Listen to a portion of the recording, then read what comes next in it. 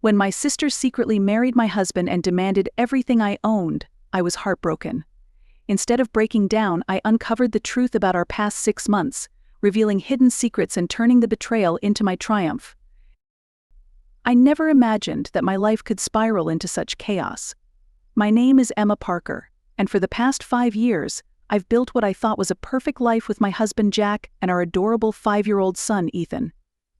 We lived in a charming suburban neighborhood, surrounded by friends and family who loved us. My sister, Lily, had always been a vibrant presence in my life, full of energy, creativity, and a spark that could light up any room. We shared everything: secrets, dreams, and the kind of bond that siblings are supposed to have. But 6 months ago, everything changed. It was a crisp autumn morning, the kind where the leaves paint the world in hues of gold and red. I was sipping my coffee in our cozy kitchen, scrolling through social media to catch up on the latest news. My phone buzzed with a notification: Lily was live streaming. Curious, I tapped on the screen, expecting a casual update or maybe a glimpse into her latest photography project. Instead, I was met with a scene that made my heart stop. There stood Lily, looking unusually serious, standing in front of her living room, now transformed into a makeshift stage. Her eyes met mine through the screen, and for a moment I thought she was about to share something mundane. But then, she began to speak. "Hello everyone," Lily started, her voice steady but laced with emotion. "I have a significant announcement to make. I am marrying Jack Parker today. From this moment forward, everything Emma owns will belong to me." My coffee choked in my throat. Jack, the man I loved, who had been my partner through thick and thin, was now being claimed by my own sister. The shock was paralyzing. I replayed the announcement over and over, trying to grasp the reality of her words. How could Lily do this? Why? Without wasting a second, I decided to confront her. Anger bubbled up inside me, but I knew that reacting impulsively would only make things worse.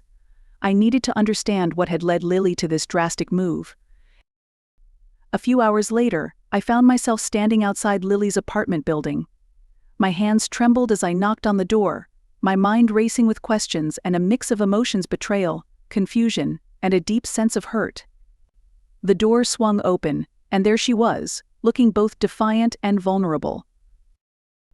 "Emma, what are you doing here?" Lily's tone was icy, but I could see the strain in her eyes. "I saw your announcement," I replied, trying to keep my voice calm. "We need to talk." She hesitated for a moment before stepping aside to let me in. The apartment was immaculate, filled with Lily's artistic flair, colorful paintings, photography equipment, and an array of creative projects. We sat down in the living room, the tension between us thick enough to cut with a knife.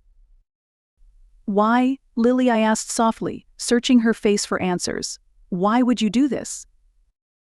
Lily looked away, her eyes glistening with unshed tears. "You and Jack were always so close. I felt left out, like I wasn't important. When Jack and I started spending more time together, things just happened." I felt a pang of sadness.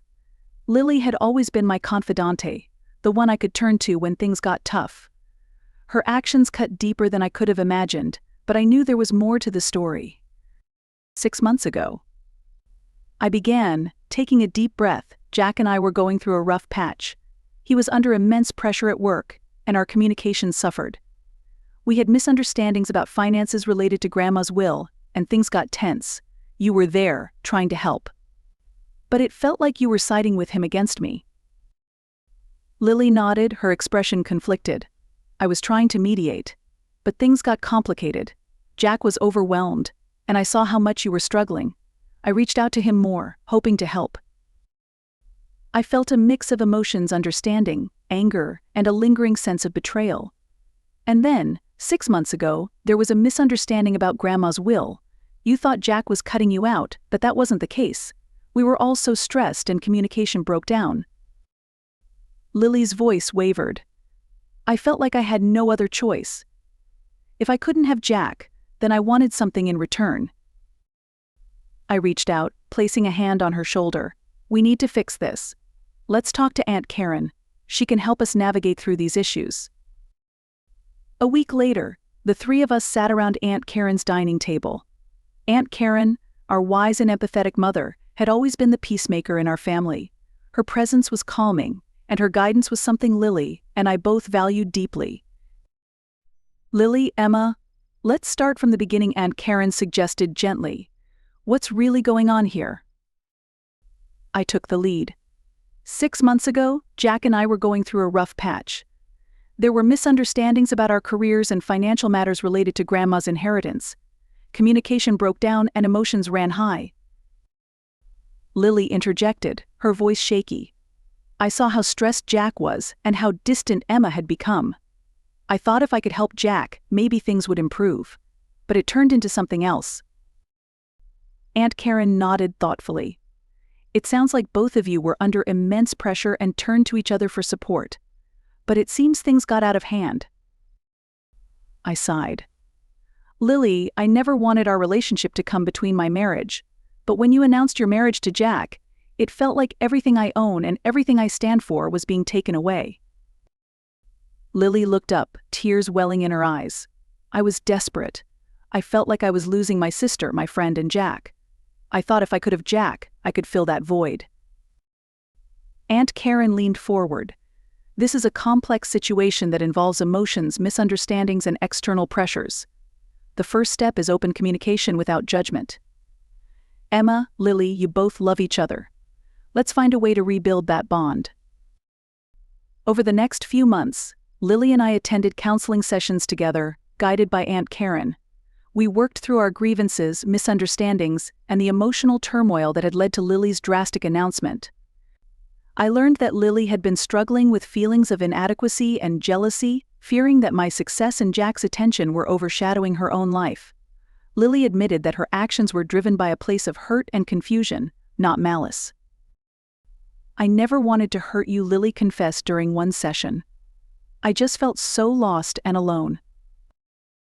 I reached out, embracing my sister. I understand, Lily. Let's work together to heal and support each other. Jack, caught in the middle of this family turmoil, also had to confront his role in the situation. He acknowledged that he had been distant, preoccupied with work, and hadn't been as present as I needed him to be.